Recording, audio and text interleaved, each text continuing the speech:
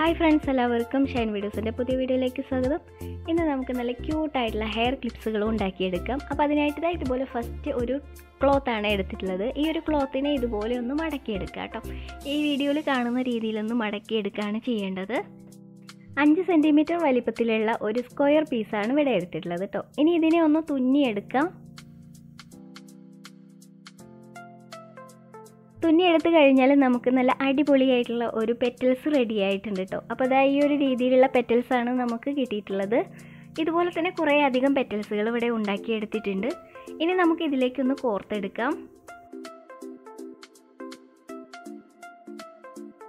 മൊത്തമായിട്ടും 7 പെറ്റൽസുകളെയാണ് കോർത്തെടുക്കേണ്ടത്. അപ്പോൾ ഓരോന്നിനെയായി കോർത്തെടുത്ത് നമുക്ക് ദാ ഈ ഒരു രീതിയിൽ കിട്ടിയിട്ടുണ്ട്.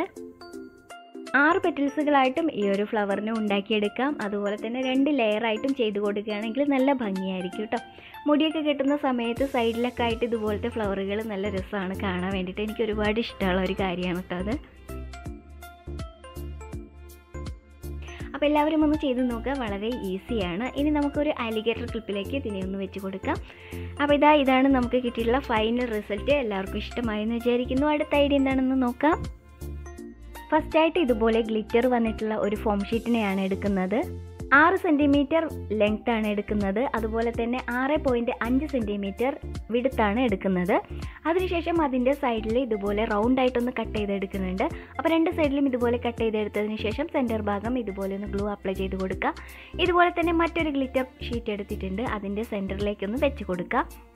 സിൽവർ കളറിൽ വന്നിട്ടുള്ള ആ ഒരു ഫോം ഷീറ്റ് 7 സെൻറ്റിമീറ്റർ ലെങ്ത് ആണ് എടുക്കുന്നത്. 7.5 സെൻറ്റിമീറ്റർ വിഡ്ത്താണ് എടുക്കുന്നത് കേട്ടോ. ഇനി അതിൻ്റെ സെൻറ്റർ ഭാഗത്തേക്ക് ഇതുപോലെ ഒരു ഫോം ഷീറ്റിൻ്റെ പീസിനെ കൂടി വെച്ച് കൊടുത്തിട്ട് നമുക്ക് ബാക്കിലായിട്ടൊന്ന് ഒട്ടിച്ച് നിർത്താം.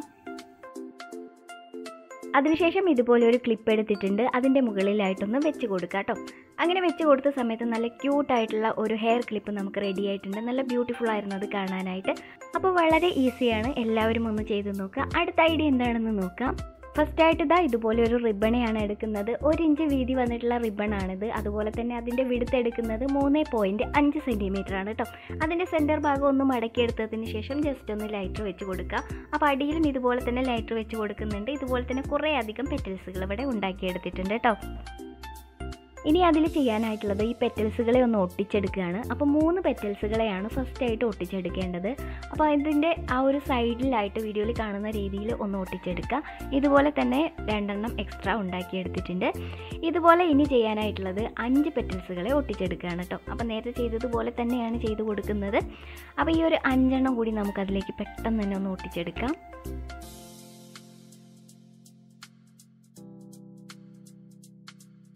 എക്സ്ട്രാ 2 എണ്ണം കൂടി ഇതുപോലെ തന്നെ ചെയ്ത് വെച്ചിട്ടുണ്ട്. ഇനി നമുക്ക് റോസ് ഫ്ലവറിനെ ഉണ്ടാക്കിയെടുക്കാം. 3 പെറ്റൽസുകൾ ഒട്ടിച്ചെടുത്തിട്ടുള്ള അതാണ് ഫസ്റ്റായിട്ട് വെക്കുന്നത്. അപ്പോൾ നമുക്ക് ഇതുപോലെ റൗണ്ടായിട്ടൊന്ന് ചുറ്റിയെടുക്കാം. അതുപോലെ തന്നെ അതിൻ്റെ മുകളിൽ മറ്റേ ആ ഒരു 3 പെറ്റൽസ് വന്നിട്ടുള്ള അതിനെ കൂടി ഒന്ന് ഒട്ടിച്ചെടുക്കാം. അതിനുശേഷം അടുത്ത 3 പെറ്റൽസ് ഒട്ടിച്ചെടുത്തിട്ടുള്ള അതുകൂടി ചേർത്തൊന്ന് ഒട്ടിച്ചെടുക്കാം.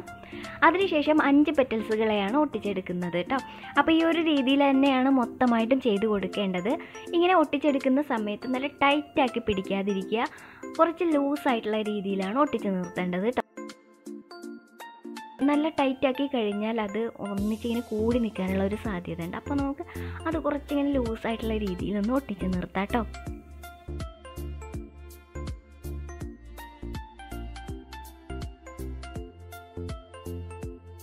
ഇനി അതിൻ്റെ അടിയിലായിട്ട് നമുക്ക് ഗ്ലൂ ഒന്ന് അപ്ലൈ ചെയ്ത് കൊടുത്തതിന് ശേഷം ഒരു ക്ലോത്ത് പീസിനെയാണ് വെച്ച് കൊടുക്കുന്നത്. ക്ലോത്ത് പീസില്ലെങ്കിൽ നമുക്ക് ഇതുപോലെ ക്യാൻവാസ് വെച്ച് കൊടുത്താലും മതി കേട്ടോ. അപ്പോൾ ഈ ഒരു രീതിയിൽ നമുക്കൊന്ന് വെച്ച് കൊടുക്കാം. ഇനി ഇതുപോലെ ഒരു അലിഗേറ്റർ ക്ലിപ്പിലേക്ക് ഒന്ന് സെറ്റാക്കി വെക്കുകയാണ് ചെയ്യേണ്ടത്.